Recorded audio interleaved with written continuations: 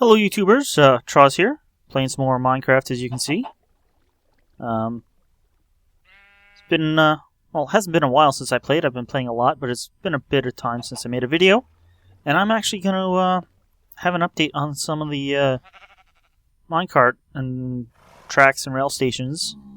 There's actually been a lot of changes here on our server. Although less people seem to be playing since the holidays, there have been a lot of big changes. You can see someone's putting these nice maps. Here's a nice close-up of our spawn area. That's the iron foundry. It's just up there. And they actually even have a bigger map that they installed over here. I would like to see this moved inside our spawn shelter. You can see this is actually a one-to-one map. But, you know, we'll see. It kind of blocks the view a little bit out here. But we can find a good place for it if it's not there. Speaking of inside our spawn shelter. So yeah, I was actually thinking we can dig into this wall and make a nice viewing area, put the map along this wall. This was a big cavern, and someone filled it all in with water. Now, I can understand filling in with water. It would cause a lot of mobs to spawn, and I mean, they weren't really causing too much trouble. You know, the skeletons couldn't shoot you, and they were basically caught in the cavern there and couldn't really get out. But yeah, someone decided to take care of the mob problem and filled it all in. You can see we do have the one rail track bridging across there. I used to thought it was nice seeing the cavern, but now it crosses a big lake. There's also been changes in our nether spawn area. How did you get... Oh, maybe. So, we go through our portal here into the nether. And this used to be just a crappy looking cobble room with some doors to keep the pigmen out, but someone's done a lot of work here and made a nice quartz staircase all the way up. It's supposed to be a train station up there. There isn't yet. Actually, glitch there. Have talked with the person briefly in a post, and actually kind of started planning a minecart station, but we'll get to that later in the video. But basically, yeah, they want a station so we can get some minecarts throughout the nether to get places faster. And so let me show off. I got, well, two sort of new station designs, at least new to me. Newish. Well, one I came up with, one I discovered, didn't realize how good of a design it was before. So I'm just coming over here. This is actually our blaze farm here. Yeah, the blaze is coming down.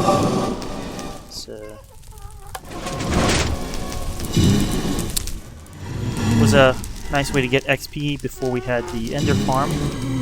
Still pretty good for getting blaze rods for smelting and stuff like that. So actually through this portal, and behind it is another portal, which will get me over to where I want to go. So my previous video with stations, I showed a 4-way station, and I said like 500 blocks down was another one. Well, this is it. It's actually more like 300 blocks down, with a stop in the middle. But yeah, that other 4-way station that I kind of ended at is down that way, and you'll come down this track, and this was a 4-way station, but then we actually had another player, it's kind of coming in there, make this nice mob grinder, mob farm, and he actually kind of made a line over to it from here, but it was its own separate line. You had to get out. And so I kind of this was the 4-way station I had built, and I kind of then decided to trick this out, and it's now a 5-way station. yeah, so this one's not quite as nice as the one I showed in the last video. It doesn't have a roof. So you get rained on. But basically, if you want to go to one of the 4 main spots, you know, same deal. You either set, you know, this switch to 1 or 2, and this switch to A or B. They all have, you know, 2A, 2B, 1A, 1B. We've actually colored more of the lines now that we have coming from spawn. So the line south is now the black line. I've added in a red line because there's a place called Redstone Bay. Someone lined the whole kind of area, the cliffs, all with redstone blocks. So the red line first goes to Redstone Bay, then it passes by 1 or 2 other players' places. It goes by an iron and gold farm, small iron farm, old 4 village style one. It's actually just probably 200 or 300 blocks in that direction. But then it comes here and meets with the black line. And I actually kind of want to make the red line continue that way and go up. There's a mountain here, but right now the line just ends right there. Whereas the black line goes this way and then continues. That would be south towards another plane on Freon's place. So I have, that was the normal 4-way switch. So how do we get the 5th way? Well, we have a button here to go to the mega spawner, as it's called. And this button does several things to get you there, basically. One is, you can see it will power this rail, so it'll start the cart on its way. Then, you know, obviously you can use this button no matter, well, not maybe not obviously, but it doesn't matter what position you have these switches on. In fact, I will put them in the worst possible position. So the spawner is over here, so I'll have this one turn that way, and I'll have this one turn this way, which also moves you away from the spawner, because to get to the spawner you have to go this way. But no matter what position these switches are in, when you press this button, it'll come up here, and we got a small delay here just to let your cart get going. But then we have repeaters that will power both the line that controls the 2 outer switches, but then it also has a repeater that powers the torch to turn it off on this line, the first switch. So no matter what happens, it basically turns off all the, or no matter where these levers are, it will turn off both this torch and that torch. And it'll actually turn off that torch over there, but we don't care about that. Flipping the switches in the correct direction, or the track switches in the correct direction to go this way. But then you would head this way and just head back to that 4-way switch that I showed in the last video. So after a slight delay, because it will take the cart longer than the button press to get here, I have another torch here that this will turn off, which will toggle that track switch, so you'll be sent along this upper line and go over to the mob farm over here. So let me demonstrate it first. You can see that that track switch here and that track switch, and you can see the powered rails here. Or I'll try to look down. So you press the button, power rails. Oop. Or my buttons were out of place. Fingers were out of place on the keyboard. Do it again. You can see powers the power rail, the 2 track switch, and then momentarily later this track switches. So that sends you off in the right direction, making this 4-way, a 5-way. And yeah, I don't know why this entirely happens. It's a glitch that happens on this server. For some reason, about half the time you get in a minecart, you're sunk further down than you should be. But you can see we're heading over here to the big mob farm, and there's a little stop. And there's Freon. We're actually going to go over to his place next. He built this, and I think he's also the person who's been putting in all the the maps. And it looks like he's AFK trying to collect some more drops. So let's head back, get in.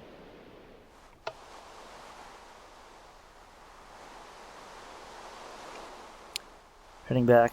For some reason I don't get audio this time. Alright, so let's 2A, so that's 2 is down, A is up. Let's head over to Freon's place. And before we get there, well, excuse me. There'll be well, it's a new station I haven't shown it off before. There we go, we popped up back to normal height. So it's a new 3-way station design that I came up with. And I like it better than the one I showed off before. There's 3 buttons only, and you can choose any of the 3 ways to go. And well, here it is. Freon's place is, well, you can see it coming in now, up the top of some of our amplified mountains. And we get out, always puts me kind of on the other side of the wall. Basically, you're here, you have the 3 buttons, 3 signs, 3 lights, and most of the complexity is in the track layout. All 3 buttons will power this line here to power this block to send you on your way. Only 2 of these buttons are hooked up to track switches. And it's not quite obvious. Let me make another torch to show this off right.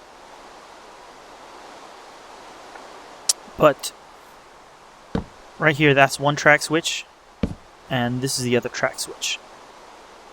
Now, semi-naturally, the track switches will be in a certain orientation. And I've actually manipulated that slightly. I have the torches set so that in this case, this button for spawn,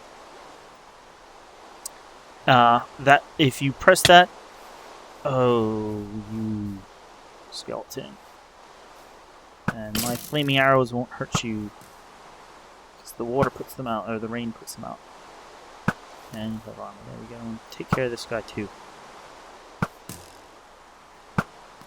There we go. So pressing this button just powers this block, which will send you on your way. And because of the natural curves of the switches, plus how I have laid out the track, you will come around here and head towards spawn, which is this direction. Now we have a big witch farm. It's about 2,000 blocks away, and this is the way to get there. So to get there, you push this middle button. Also notice spawn is to the right, so you push the right hand button to get there. Freon's place is to the left, so you press the left hand button to get there. And the witch farm is straight ahead, so you press the middle button to get there. That's one of the nice design features of this. So basically, to get to the witch farm, you press this button. It also powers this block to send you on your way, but it will also flip both of these. Let me break that cart and show you. You can see both of them flipped. And actually, this isn't quite the ideal version of this. There's another one where I try to design them so that only one or the other needs to flip. But because of the situation here, had to kind of do something a little different for this one. Now for Freon's place, only this one needs to flip. So you press that, you see only that one flips. But yeah, basically that's how this works. This little wall here is it's narrow. It's only 3 blocks deep behind it for all the mechanism.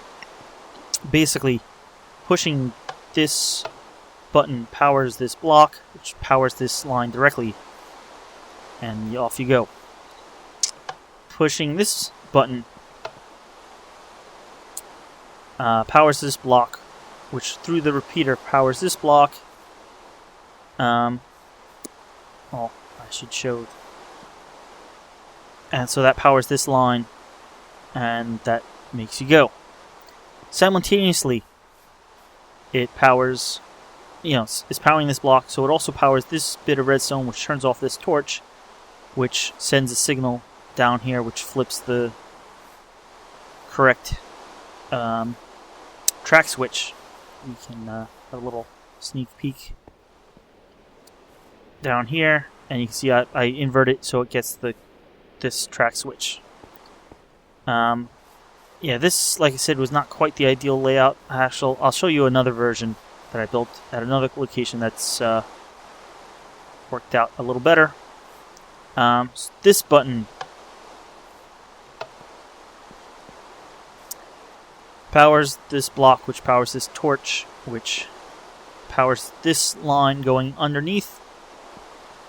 But also, because of the way this redstone is this way, the back of the redstone is pointing into this block, which causes it to turn off this torch. So when you push the button on the other side, this torch comes on, and that's what also powers this block to send you on your way. Let me because we're in the area, show you this newer station, well, newer to me station design.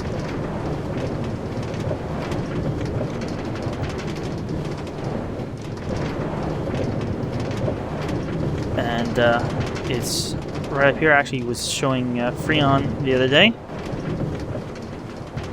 And the other day, it was last night.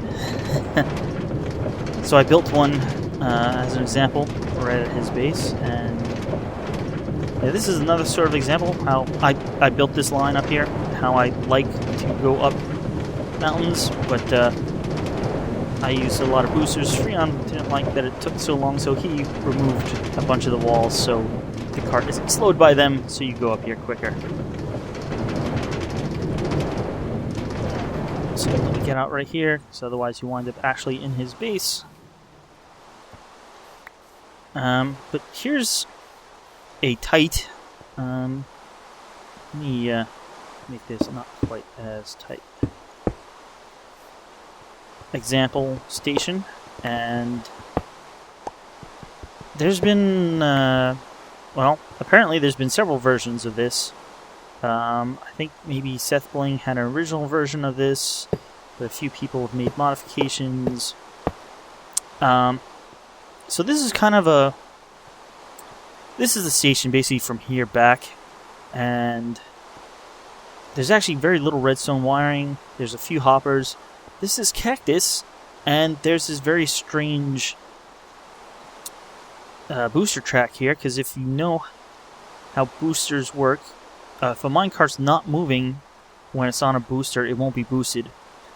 So that means if you have a stopped minecart, the booster either has to be on a slope so that gravity will start the minecart going, or you need a block behind the booster, because if there's only one way to go, then the booster will boost. So you either need, that's why my station, the 4-way station and 5-way station, had a slope, so you stopped on the slope, so when the booster tracks got powered, it would start again. Or, like the station down there, or I'll quickly show you this little station right here. There's a booster with a block behind it, so there's only one way to go, so you'll get pushed in that direction. So how does this one work? There doesn't seem to be any block or anything. Well, let me show coming in first. If you come in, it looks like you're routed right into a cactus, and well, because the block's on top, you can't actually get hurt. It's impossible to walk close enough to the cactus to get hurt. But the minecart you're on will hit the cactus, and it will cause damage to the minecart. And what that does is make the minecart pop into an item, like I'm holding in my hand right now. So that knocks you out of the minecart, and simultaneously, a little hard to see, but there's a hopper underneath that track right there, and that hopper will grab the minecart. So let's put the minecart down, let's get in, push forward a little bit. So here we are. We get knocked out, and the hopper grabs the minecart before you can grab it. You can see I don't have the minecart. So there's some magic underneath here. It's actually relatively simple wiring. But the minecart gets routed, and this is a dropper facing up. And then on top of that is a dispenser facing up here. And then there's 3 powered rails. So maybe you got a hint of what's going to happen from the under here, but you can step onto this pressure plate, and that makes the minecart be pushed from the hopper into the dropper, and then from the dropper onto the rail. And if you look closely, there was a sticky piston, so that makes this block appear behind the cart. So now we're all ready. But if you notice, it also turned off the powered rail. So what will happen is I will now look at this minecart and right-click to get in it. And that causes me to get off the pressure plate. And when that happens, well, 2 things will happen. First, the powered rail will turn on. And then a few ticks later, 2 ticks actually, I think.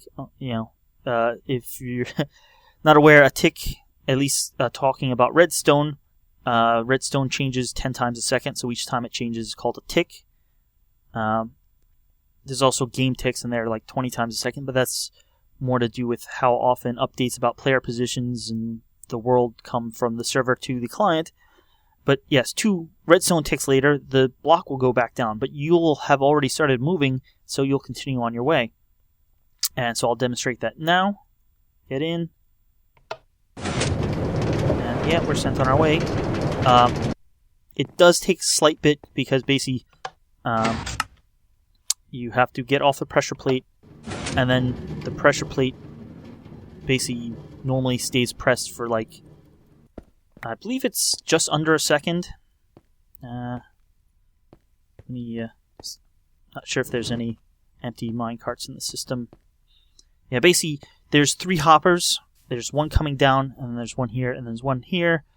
So that can hold 15, plus there's space for 9 in the dropper. I don't think the dispenser ever... Well, the way this is all worked out, basically, the pressure plate powers the block, and the block transmits the power down to the redstone. This has a 1-tick delay. This powers this block, which turns off the torch, which turns off the rail. It also, because the block next to the dropper is powered, causes an item in the dropper to move up 1. 3 ticks later, this repeater then powers, but this thing, the dropper thing, it's already been powered, so it's not going to fire again. However, because now this block is directly powered, the block above it is also now powered, which is the dispenser, so that will then fire and move its item, which will be the cart, up onto the rail. And because there is a rail directly above it, and it's a cart, it can put the cart on the rail instead of firing the item out. Also, at the same time that that's fired, now the piston becomes powered because the block next to it is powered, and that's moves up, giving us a backer block for the launch of our cart. Yeah, so you can put this in an open area. You move this off to the side more, have more hoppers, but you can put this in an open area where people can walk, and only when they actually do want to go somewhere, they can get a cart and get in. See, as we go, the piston goes back down. This is just a little test for, could be a long rail going anywhere. When you come back in, you can see you're routed over, and the cart's automatically collected, ready for the next user. And, so this is a good station to have at the end of a line. Yeah, basically I was showing Freon this so he could potentially use it instead of his just simple end here where you have to collect your cart and put it in chest here. He doesn't quite have the space for it, but he said he may reroute where his line is going. So we'll see. I'm going to now go over and show you the better example of that 3-way station, show show you clearly the wiring underneath, hopefully. So I'll be back in just a minute. Okay, here we are, basically directly east of spawn, or I should say west of spawn. Spawn is to our east, down that way. So here we are, and this is the three-way, or a nicer example of the three-way station. Basically, in this station, this is one of the switch tracks, and this is the other.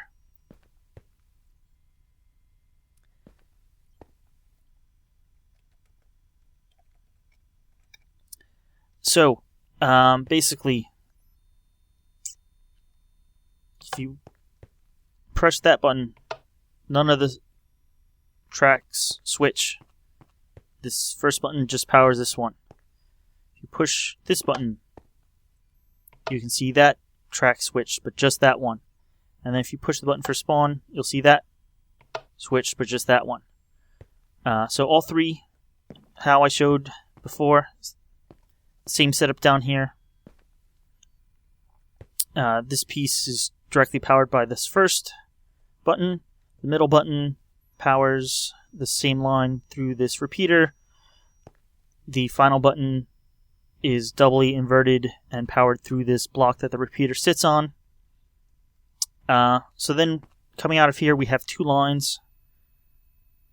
One here and one there. Each one goes to one of these track switches. You can see this one is then... let's go this way. You see this one is just inverted so that it points the right way normally. And then this one has a slight 4-tick delay added because this is the further switch and it just needed that extra little bit of time to allow the cart to get there before the button deactivates. So that's how this yeah, that wasn't good. That's how this three-way station works. It's I mean, you get lots of rail. You get 16 pieces of rail per craft. So I kind of like using more complex rail and less redstone. And this is just about the least redstone for a very simple, push the button, the light lights up where you're going to go. Simple, just push which way, and push the button for which way you want to go. And it also allows you to, if for some reason you went the wrong way at a previous station, you come here and like, oh no, I want to go back. You just push the button. Because in my previous video, the three-way station that I showed off doesn't allow you to turn around. So this one does. But as that's the stations that we currently have. Now, as I said earlier, we are kind of redoing parts of the server. Some people just are taking upon themselves to improve things, make changes. So I said that we were going to put a new station in at the nether spawn, and someone had the idea of, well, why don't we make an even bigger station than we have at the overworld spawn, and so everyone can have a direct line. And I thought, that's probably doable. And I kind of came up with a design to do that, and I'm going to show you that next. It's kind of uses the same type of switches. I made the wiring behind it less complex, and I made it handle more lines. So I'm going to go into my test world and show you that next. Be with you in a second. So here I am in a new test world that I built just for this. I kind of tested out part of this on my existing test world, but then I decided, hey, it'll be easier to share if I just have, just the model itself. So yeah, this is my new mega station. It's actually sort of in two parts. They're almost identically mirrored, the left half and the right half. So I basically did the left half the interior is all decorated. I did not really decorate the exterior. except for this little entranceway. And the right half is all exposed, so you can see how it works. But basically, this is a 30-line minecart station. There are 30 separate lines that come in, and you can go out on. This has all the modern features, and somehow I missed one block there. So that, simple station that I showed that collects the cart and then kind of is hidden away, that's kind of used as the launcher mechanism here. I'll go inside. So got a nice roof. We got 30 different lines. I have them color coded. I did basically all the wool colors on this side. Is there one color that I'm missing? Oh yes, I didn't use magenta because it is too close to either pink or to purple. So, it might be confused between those two. Pink and purple themselves are pretty different, but someone could get confused between pink and magenta or magenta and purple, so I left that out. The blues are a little confusing, but I thought that the pink or the magenta between the pink and the purple was a little more confusing. People know, definitely light blue and dark blue are different, and most people know what cyan is because that was basically Windows default color for a while. This half I used some of the colored clays. They're a bit harder to tell apart. Obviously red, orange, yellow, green, light green, dark green. That's actually cyan, and those are both blue, if you can believe it. Light blue and dark blue tinted clay. That is purple. That's actually white. It looks pink, which is why I actually put it there, across from the pink. It's actually white. The clay is kind of brownish, so the brown with white gives you sort of this pinkish. That's obviously actually brown, but then I just did some other blocks that stand out. Sandstone, hay, bricks, actual bricks, and netherrack. We actually may be building this in the nether, so actually netherrack won't be a good choice in the nether. But basically, this kind of works just like my station at spawn, except you have 30 choices. You can see here this yellow one is now chosen. I can go over here and choose this green one, and the yellow one over here unselects. And similarly, that green one selected, I can, I want to go on the pink wool line, and it unselects the green one. Pink wool stays selected. So these are kind of hooked up, so when you reset the one, it resets the other. Then when you decided, okay, that is where I want to go, hope that's a good choice. You come over here, you stand on one of these pressure plates. Now you can make it, a stone pressure plate. Actually, I originally had it a stone pressure plate, but in this case, with all stone brick, the wood shows it better. So you just get in, a little block pops up here, cart appears, you get in, you are sent on your way. And, I didn't choose a good one. In that case, we're sent out on the pink line. So because of the amount of lines, and you need to turn, I would need to turn every single place where you could, so you have them all lined up. But I couldn't figure out a good way to do that. I have seen a video in the past where there was a big station that had a line every place. They were all on slopes, and you were kind of running along above it, and pistons would open up a hole that you would drop down. But I couldn't figure out how to replicate that in a simple circuit. So this was my next best option. You basically run through these, and then if you happen to choose one that's not these, you go up a level, and you'll run through the ones that you passed over. Two things you probably didn't notice on the way. So here's the other side. The exact same setup. You got a lower and an upper. Test cart left up there. So what happens if you, well, for coming in, let me explain that first. Obviously, kind of the same system. You come in. In this case, you don't run through the other way. Both of them, they come in. If you're down here, this is a simple case. You come in, turn this way, you go up over this little hill, which you'll see the reason for in a minute, and then you'll come out here, and you'll come down this little slope, and your cart gets collected, and you get dropped off right here.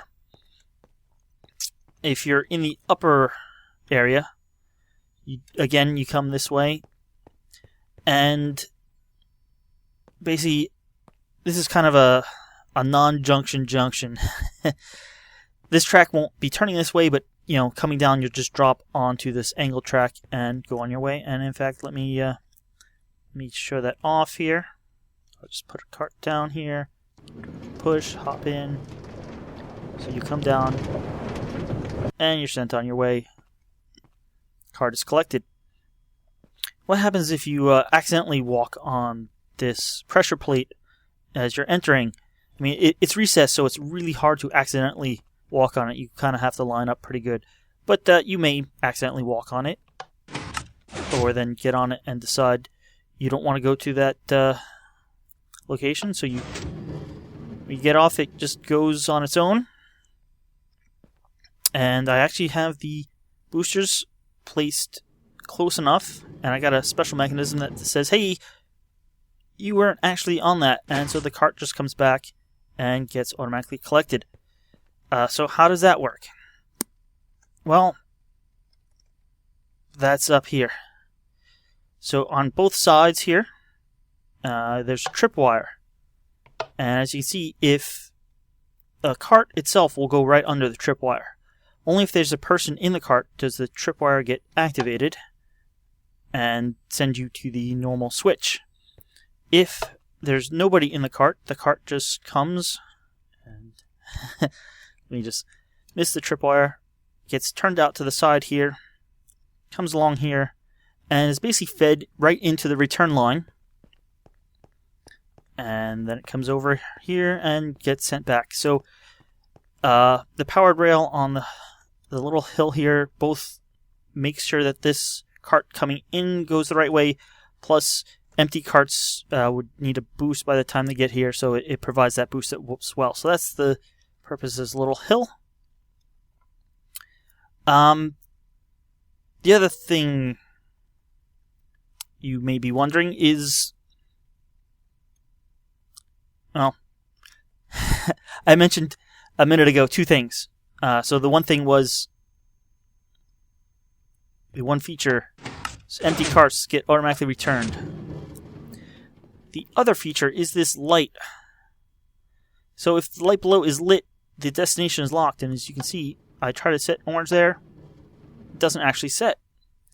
That's because it takes a good 10 seconds for a person to leave here. So if someone left and you're right behind them and say, oh, I want to go to someplace else, and you push this light, too soon before they got to their switch, well, you would accidentally send them to the wrong spot, someplace they didn't want to go. So, yeah, so especially if you're going to one of these destinations that you have to pass by the whole first side, the lower level, to get to the upper level. So, there's a little lockout circuit. So, after you step on here, these lights come on as this is dispensed, and that locks out all the buttons for about 15 seconds. So I can now attempt for the next 15 seconds to press these buttons, but they don't do anything. I'll show you how that all works in a minute. The last thing is right here. So we got 30 buttons, 15 on each side. So there's a special mechanism that detects if you have this button on this side pressed, it flips this track that way, so you go out that way. But if you have a button on this side pressed, this switches to the other side, so you go out the other way. So there's a special little circuit for that. But other than those special circuits that I mentioned, this is basically the same, actually slightly simpler version of the selector that I showed last time that we have at our spawn station. It's actually slightly smaller version. This here is part of the lockout circuit, just to turn it on. But, yeah, let's show this end. Basically, we have one whole row here of blocks, and the buttons are on the other side of that. So when the button is pressed, two things happen. First, well, they happen simultaneously, but logically first, this gets powered, which goes through this. It's a pulse limiter, in that this will be on for however long the button is pressed in, but it will output only a quick pulse, and that output will be very shortly, in this case 2 ticks, because I have 1 tick there and 1 tick there. And the only reason I have this repeater is this is exactly 15 long, so if you press the last one, this would basically not be, if this repeater was replaced by a piece of redstone, that would not actually get power, so I need the repeater. So 2 ticks after the button is pressed, this piston, or 1 tick after this piston will go up, and then that causes a 1 tick power to come out here. It goes up this little half block redstone ladder.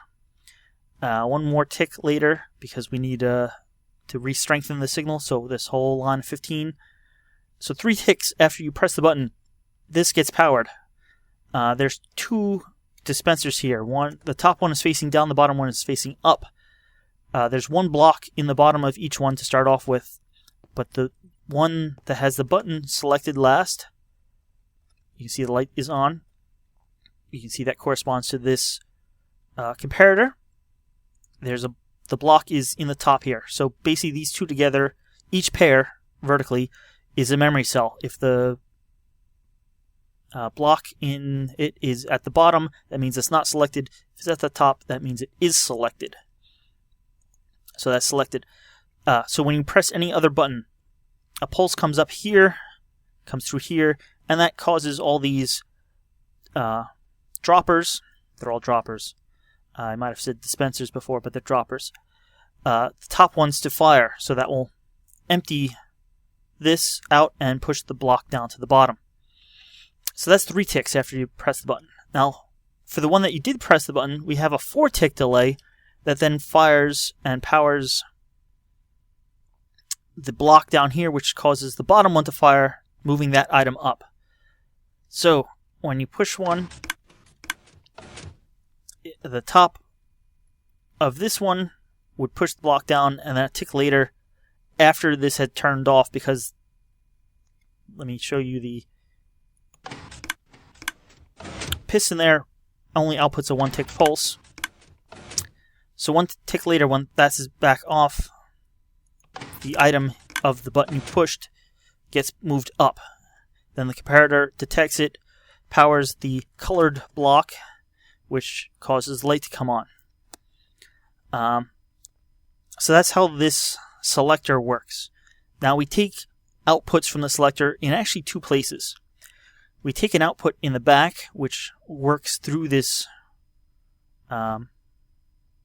sandstone block to detect which one has the item in it.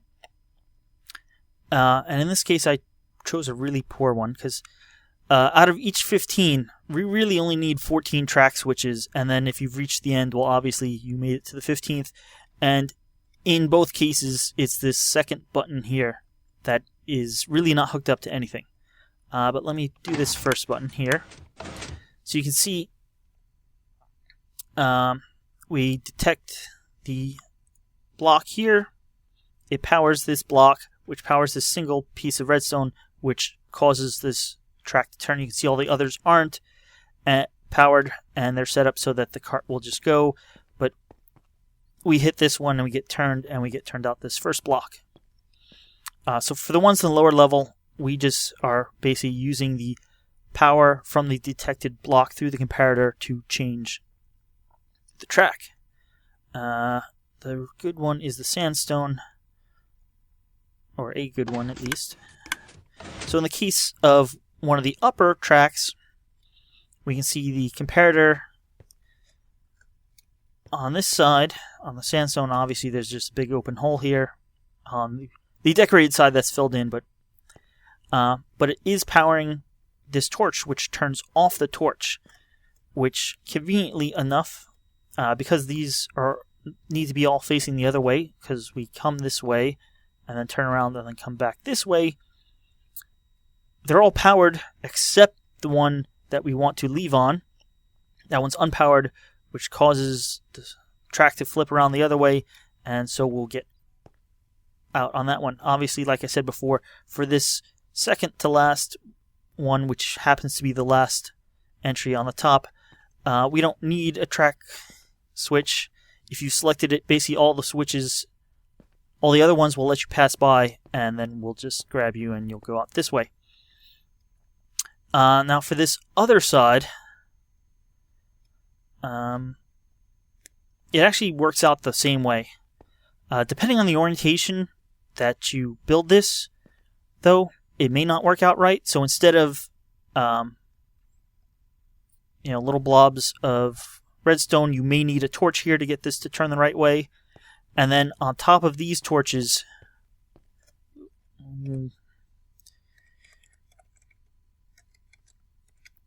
don't need it snowing. On top of those torches, you would then just, instead of putting the track directly, you could put another torch and then just move the track over one so that these will be turned the correct way as well. You're basically negating the power for both down here and up there to get them to turn the right way. So that's how these track switches work. I've explained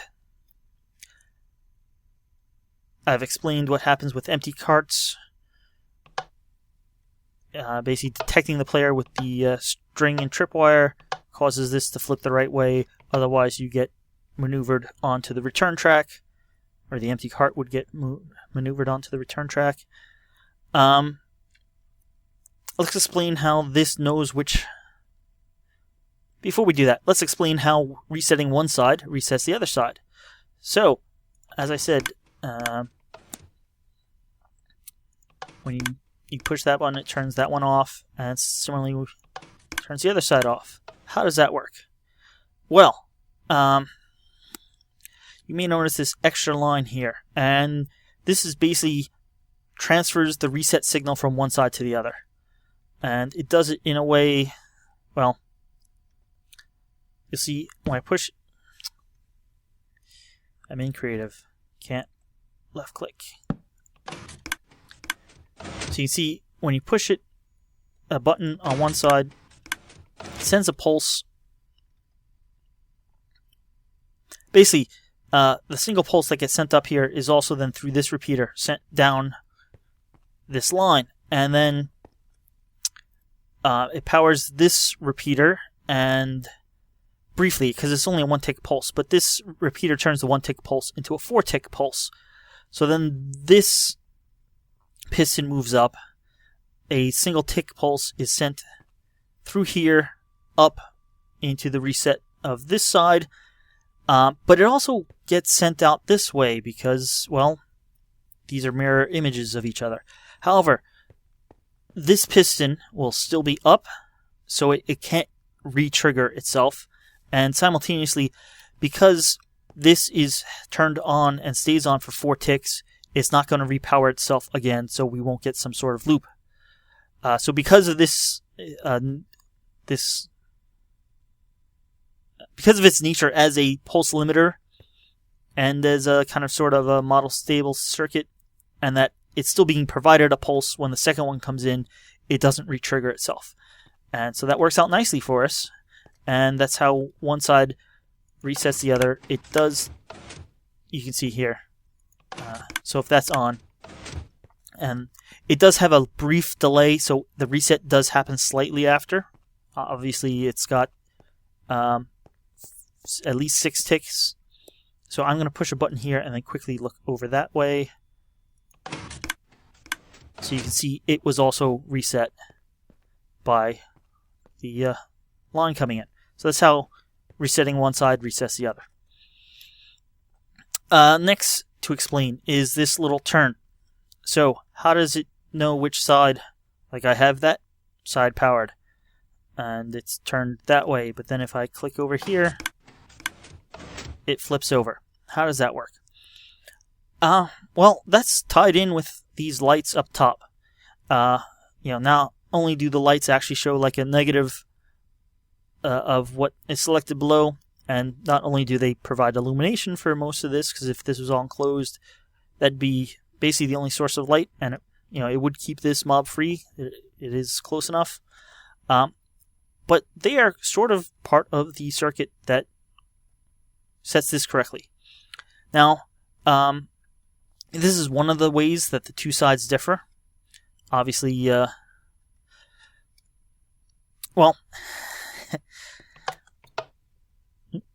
so we have all these torches up here. And just like the light is powered by this block, the torch is also powered. And so the off torch is the torch that is selected. But we want to find out. It's easier to have one torch out of all of them on. So we negate it again. And that's all up here. So on this side behind these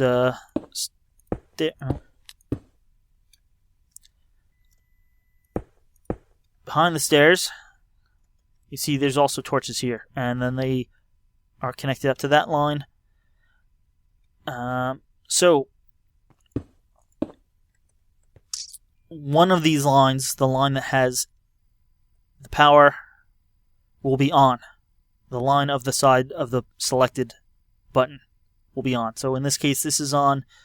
If I select something over here, see now that one's off, and this one's on. So depending on, again, on your orientation, depending on which side, you'll either need to power this block or unpower it, depending on which side. So basically, they work in opposites. So I really only need one side, but I did it on both. So this side, if this side is powered, I need to unpower that block. So that's why I have a torch here. So it's inverted. I could break this torch, and this would still work because it's powered by this side. If this side is selected, well then that needs to be powered. Actually, I should say that's the opposite because we have a torch down here. But basically, depending on which of these is powered is which side has a button selected, and then I just bring that signal down here and I power I could either power that block directly. In this case, I needed to invert it, so I powered a torch, or unpower a torch with the signal, and that's what gets that to flip the right way. So that's nearly everything. So this, I showed you earlier the simple version of kind of this auto collecting station. This is just a bit more spread out. This actually uses a lot of hoppers because the hoppers have to kind of snake around here, and it's got 2 pressure plates instead of 1, but it works on the same principle.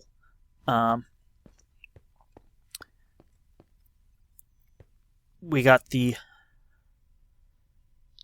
that's a dispenser, that's a dropper. We got the torch that powers the track. We got a sticky piston that moves the block up and down. There's a little bit more headroom because the whole floor is made out of half slabs, so I can remove the 1 extra layer of blocks. This block is the block that has the pressure plate on it. It's got redstone right under it. This repeater set to 1, that's set to 4. And yeah, that's the same circuit. The difference here is, well, one, this wire comes from the other side, right over here, and this is for the other pressure plate. And two, as you can sort of see, there's a lot more hoppers. That's because we're set back a little, and because we have these repeaters on the one side, we can't put hoppers in to that dropper. So we basically have to route it all the way around to this side so we can feed in the carts, and then in this case we have a second feed in from the other end of line so that they both feed in here, and then that goes in here. So for this other pressure plate we just have to route a signal underneath and around, and that's how the launch part works. But you may notice we got an extra little bit of redstone here, and that's for the lockout circuit. And so how does a lockout circuit work? I didn't explain that at all before, but I will show that now. So if you remember my explanation of how this switch here worked, we have buttons behind these blocks. They power these repeaters. Repeaters power these blocks, which trigger the droppers here. But what if these blocks weren't here? Well, then it wouldn't trigger the dropper, so it wouldn't move the block up, so the light wouldn't change. The light would only momentarily change because the button is directly powering it. So that's basically part of how the lockout circuit works. So I have a whole series of sticky pistons here. So when the lockout circuit is activated by turning this, what am I stuck on? By turning this line off, because this line is powered by the same torch that powers the powered rail. When this is turned off, all these turn off, which causes these pistons to come down. Let's just simulate that. You can see they're all down now, and now these repeaters are powering air, so these won't affect anything. And I actually implemented that, and there's a little more to it. I'll explain in a second. But I noticed a problem, because even though these can't turn anything on, you can, if you look, I have that one selected. I'll select this one. See, it won't stay selected, but well, this one would turn off because the reset line would run. So what I wound up doing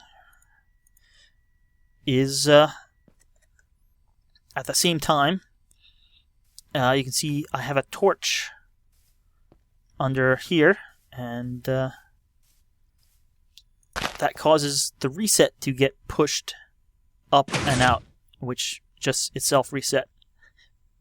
There is a whole delay on this. Basically, the launch takes only a few seconds, but to get totally out of here, I'm guesstimating takes approximately 15 seconds. So I have the lockout system stay activated that long. And the way I do that, well, I'll show you in a second. So basically, by pushing this piston up when the lockout system is enabled, prevents the reset signal from going anywhere. Without that, pushing a button here, even if it wouldn't stick, it would unset this side, which, would change the destination of where the person was going. So how does the whole lockout system work? Each side, again, it's, we're getting downfall again. It's mirror image of each other. Again, like I said, there's only like two things that are not. Basically, this launch system is the one, and then the system to tell if you're going to the left or right side, the one side needs to just extend the power where the other side needs to invert it. And really, you only need to do it off of one side, so even that's not exactly necessary. But here's the whole lockout system. Both sides are kind of powered identically. Power comes over here. There's a torch, because we want this to start when that turns off, and when the which is when the powered rail turns off, and we only want it to turn back on 15 seconds after this power comes back on. So when this power goes off, this torch comes on, which powers the set of comparators here.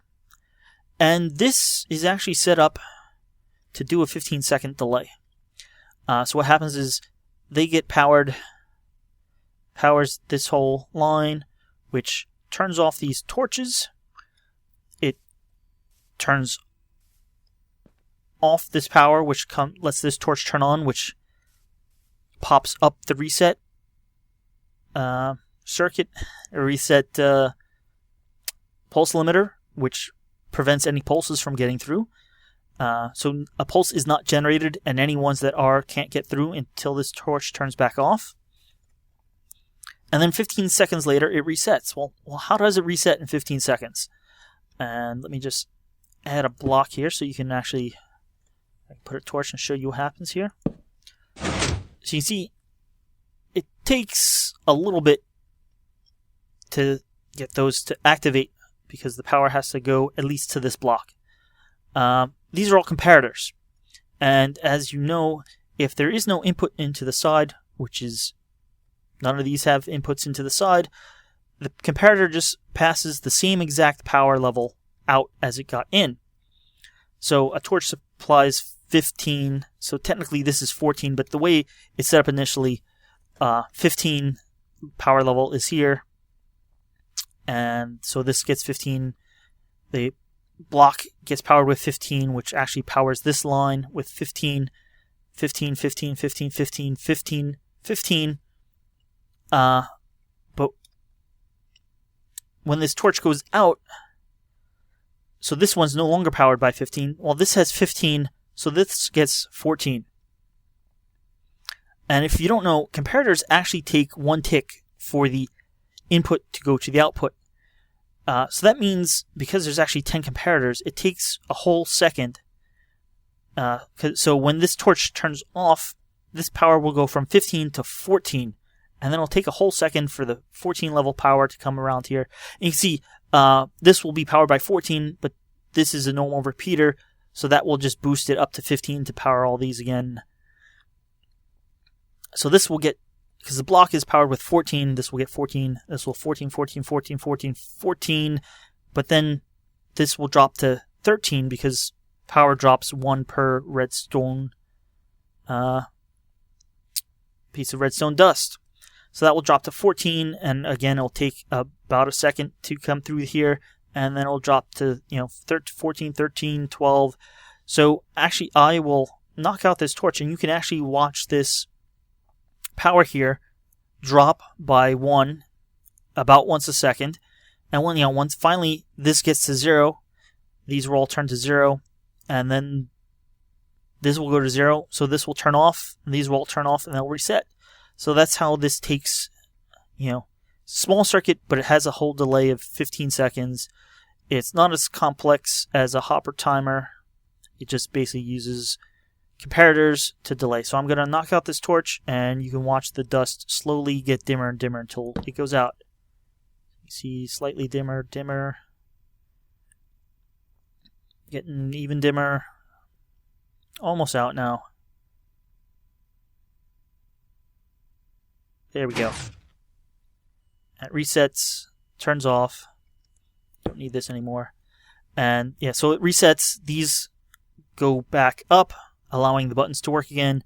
And also it turns this torch off. So the reset pulse limiter / edge detector / monostable circuit, because technically it is all three of those, is put back in the usable state. And so that's how the whole lockout works. So that's basically all the systems. We have the selector system. We have the opposite reset, which is really just a small little circuit onto the selector system. We have the initial turn left or right, limiting the 30 choices down to 15, which is just this little extra circuit up here on both sides. We have the detect an empty cart system, or detect a player system, as you may want to call it. In this case, you can see we just send an empty cart into a nice covered pathway. And then we have the lockout system, which I just showed off, and we have the kind of launch circuit. So that'll be an interesting choice, I believe. So you get in, sent on your way. You're locked out so no one else can change your destination. You're noticed to be a human, so you're sent on your way, and out the orange. So that's my little circuit here, and I'm gonna try to complete this video. And I'm gonna hopefully make this into a schematic. Now it's obviously not done completely, but you can maybe not a schematic. I'm gonna put this world up for download.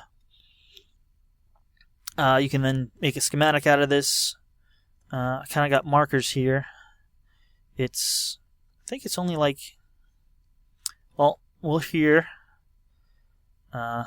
This is kind of a flat world that starts about 100. Or at least the stone goes up to 100, and then there's a few dirt. So it's 106 to 118. So it's like 12 blocks tall. And then you can see we're almost at, well, we're at Z about 2 and X about 20. And that comes over here.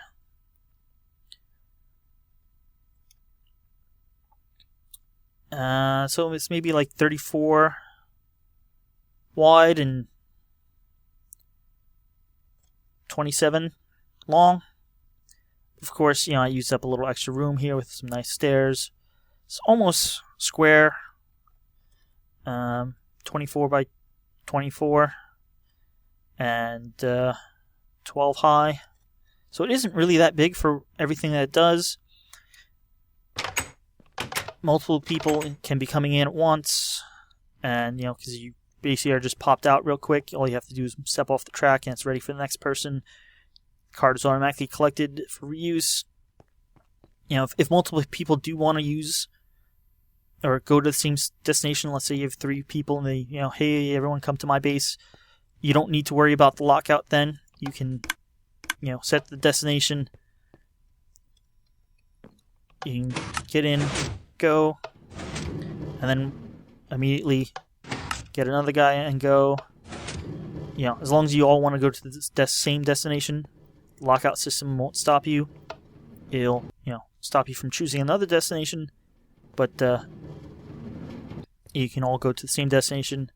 And then, that's one thing I didn't mention. The lights, so when the lockout system is locked out, this light gets turned on. So that, if you're locked out, and that it will momentarily not lock you out anymore. So, that's everything. Actually, that is one difference here. This one has room because there's a wall, I put a torch and a nice lamp. I think the lamps look a little better than the glowstone, but you can use glowstone as well. But otherwise, 2 sides are almost identical. I pointed out, small difference here for choosing left or right for that track switch there, and a small difference just in the launcher, just because of trying to route the power and the carts, and so you have to have power in one side and the carts refilling in from the other side. But otherwise, it's basically identical. Explained, depending on your orientation, you may need to flip those around. But this is pretty, for what it does, it's not really that complex, and it's relatively compact as well. So that's my new super cart station here. I'm hoping to build this in our nether and make lines directly to each person's base with no stops, and we'll see how that works out.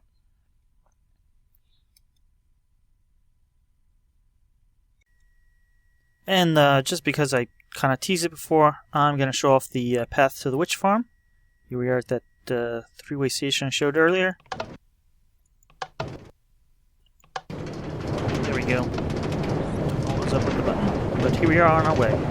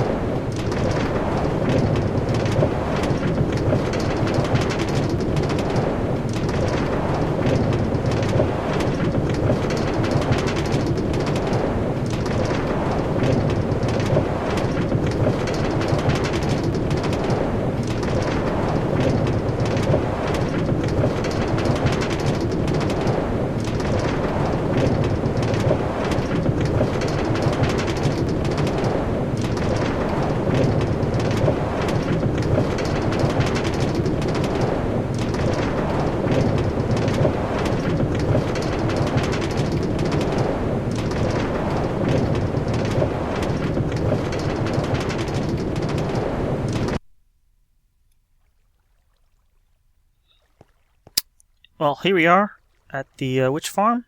This line goes 150 blocks that way, and there's a portal. It's kind of hard to see, but basically the whole swamp area here. Here's a map. I'll wait till it loads. But here's where you collect your items. We got all sorts of chests for storing everything. But yeah, you can see there's a large part of this swamp has been half blocked over. Take you up to the surface.